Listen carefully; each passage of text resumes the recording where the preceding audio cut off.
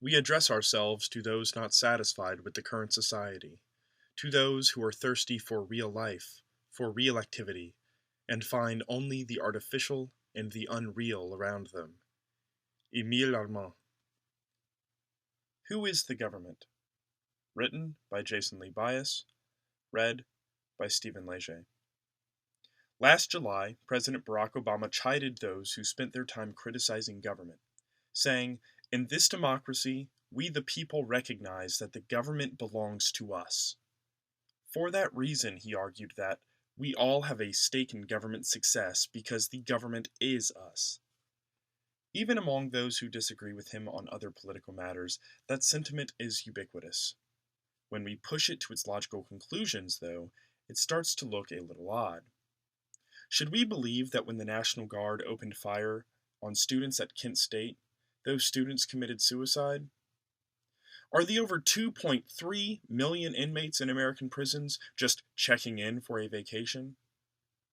On this month, 29 years ago, the Philadelphia police dropped a bomb on a row house in order to attack the Black liberation organization MOVE.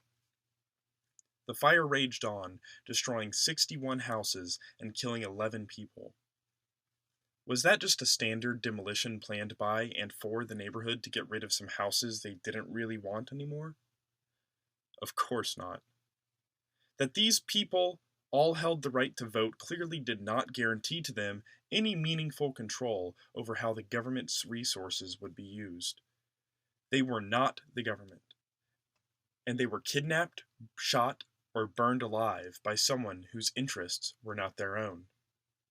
These are especially clear cases, and few, if any, state defenders are willing to go as far as to say that democracies, by definition, can't murder their own citizens.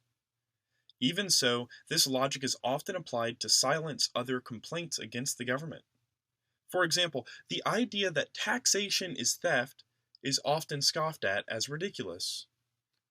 When taxation comes with representation, it's understood as a perfectly normal service fee for uses already approved by those being taxed. Similarly, those who break laws are taken to be breaking rules we've already agreed upon as a society. Draft dodgers are condemned for failing to sufficiently contribute to their side in a conflict. Resistance is seen not only as childish, but incoherent. This is why the most advanced governments have come to accept democracy. It serves as a powerful ideological tool. Victims take on a false sense of control in the decision-making process, and thereby come to identify with their own oppression. Taxation becomes your payment for projects you helped design. Fines and even prison time become the penalty for backing out of an agreement you yourself made. You're taken halfway across the world to risk your life killing people who pose no actual threat to you or your loved ones, and this is understood as a duty of self-defense. You learn to celebrate your own enslavement. After all, we all have a stake in the government's success because the government is us. So just who actually is the government? It's not you, it's not me, and it's not we the people. Some person or group of persons is clearly imposing their will on the rest of us and passing it off as a shared pursuit of the common good. There are some obvious answers. In the United States, it definitely includes the president, the senators, the governors, the generals, the sheriffs, the chief of police, the wardens, etc. It definitely does not include the common citizenry, whose votes serve only to give them a false sense of power. Yet there are less obvious answers as well. Just because someone is or is not employed by the government does not settle the issue of whether they are or are not a part of the government in any meaningful sense. Groundskeepers at the White House may receive a paycheck from the state, but they neither participate in its crimes against the public nor have a voice in the planning of those crimes. They are no more a part of the government than those of us who drive on public roads. In that same vein, there are plenty of nominal private individuals and organizations who use their power and influence to shape the government's actions. When this influence is used to exploit the public, it is called rent-seeking. Due to their role in initiating the state's aggression for their own benefit, Consistent rent seekers are best understood as a part of the government.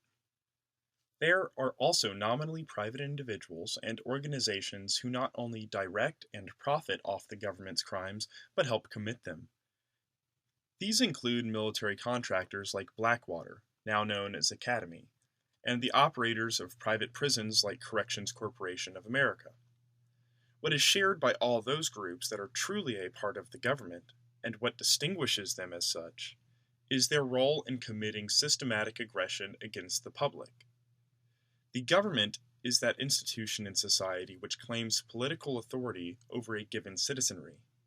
What this means is that it maintains the right to unilaterally and unaccountably decide what is or is not aggression, and predictably gives itself a rubber stamp of approval fairly often.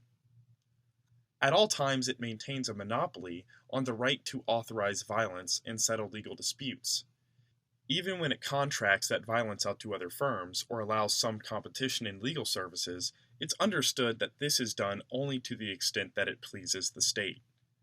These qualities are found in all the states, in all places. They are found in both monarchies and in democratic republics. They describe the colonial authorities of an empire and the governments installed by whatever revolutionaries overthrow them. They are present in not only overt dictatorships, but also in nations who pride themselves on their respect for the rule of law. Always and everywhere, the state is the enemy of the public. It is their aggressor, and it is their exploiter. Once recognized, this typically provokes a sense of outrage. It should. Yet it should also be a cause for relief. You have not caged millions of people and robbed them of their humanity. You have not kept entire classes of people in poverty. You did not drop the atomic bomb. Their borders are not your borders, and their wars are not your wars. Their crimes are not your crimes, and their guilt is not your guilt. The violence they commit in your name does not come from your hands. No longer will we let them say otherwise.